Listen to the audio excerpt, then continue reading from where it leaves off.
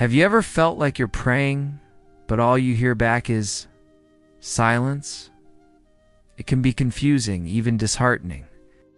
But what if I told you that in that very silence, God is teaching you one of the most powerful lessons of your spiritual journey? Today we're diving deep into how God uses silence to transform you, to bring you peace, and to prepare you for greatness. Stick with me, because what you learn today might just change everything about how you see those quiet moments. Let's start with a foundational truth. Silence is where God speaks the loudest. Think about it. Our world is filled with noise, notifications, news, endless chatter. It's a constant battle for our attention. But God doesn't shout over the chaos. He whispers. In 1 Kings 19, the prophet Elijah didn't find God in the powerful wind, the earthquake, or the fire. He found him in a still, small voice. To hear that voice, we have to create space. We have to be still. When we intentionally quiet our surroundings and our minds, we're essentially telling God, I'm here, and I'm ready to listen. This is where the deepest revelations and the most profound sense of His presence are found. The noise distracts, but silence connects. Next, God uses silence to grow your faith. Imagine you're learning to walk a tightrope. At first, you need the instructor right there, holding your hand, talking you through every step. But eventually, for you to truly master it, they have to let go. That's what God does. There are seasons where He feels incredibly close, and His guidance is constant. Then come the seasons of silence. It's not because He's abandoned you. It's because He trusts you. It's letting you walk on your own for a bit, applying what you've learned. This is where your faith muscles are built. You learn to trust His promises even when you can't feel His presence. You learn to believe in what He has said, not just what you can see or hear right now. This is the kind of faith that moves mountains, a faith that's been tested and proven in the quiet. Silence is also a powerful tool God uses to break our pride and build humility. When we're talking, we're in control. We're sharing our thoughts, our plans, our solutions.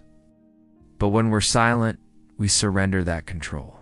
We're forced to confront the reality that we don't have all the answers.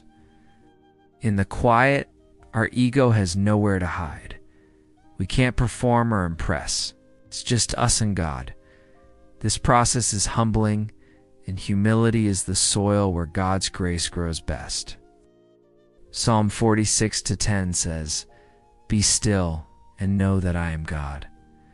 The stillness comes first. In that stillness, we stop trying to be God of our own lives and acknowledge that He is the one on the throne. This shift from pride to humility is absolutely essential for spiritual growth. From this place of surrender, something beautiful is born: inner peace.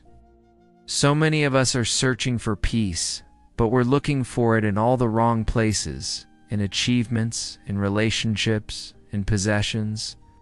But true lasting peace, the peace that surpasses all understanding, is found in quiet surrender to God. When you're silent before Him, you're not just quieting your mouth, you're quieting your anxious thoughts, your worries, your striving. You're laying it all down at His feet. In that stillness, you begin to trust His sovereignty. You realize He's in control, and you don't have to be. This is where the storm inside you calms down. Peace isn't the absence of problems. It's the presence of God in the midst of them, and you feel that presence most profoundly in the quiet. Now let's talk about healing. God heals you in silent moments. We all carry wounds, emotional scars from the past, hurts from relationships, disappointments. We often try to distract ourselves from the pain with noise and busyness. But healing doesn't happen in distraction. It happens in confrontation. In the safety of His silent presence, God gives us the courage to look at our wounds. He sits with us in our pain. He doesn't rush us. He allows us to grieve, to process, and to feel. It's in these sacred, quiet moments that He gently ministers to our hearts. Like a skilled surgeon, He works on us when we are still. He mends what is broken and restores what was lost. If you're hurting, don't run from the silence. Run to it. That's where the healer is waiting for you. Silence also sharpens your spiritual discernment. Discernment is the ability to distinguish between God's voice, your own voice, and the voice of the enemy. In a world full of conflicting messages, this skill is vital. How do you develop it? By spending time in silence. The more you sit in quiet and listen, the more you become familiar with the tone, the character, and the frequency of God's voice. It's like recognizing a loved one's voice in a crowded room. You know it instantly because you've spent so much time with them. The silence acts as a training ground. It filters out the static and helps you tune into God's frequency. So when you're back in the noisy world, you can more clearly identify His leading and avoid the deceptions that would lead you astray. This leads to our next point. God prepares you in silence before elevation. Look at the lives of great figures in the Bible. Moses spent 40 years in the desert wilderness before leading the Israelites. David spent years in fields and caves hiding from Saul before he became king. Even Jesus spent 40 days in the wilderness before beginning His public ministry. Do you see the pattern? There is always a season of silent preparation before a season of public promotion. In the quiet, God is building your character. He's teaching you dependence. He's equipping you with the strength and wisdom you'll need for the next level.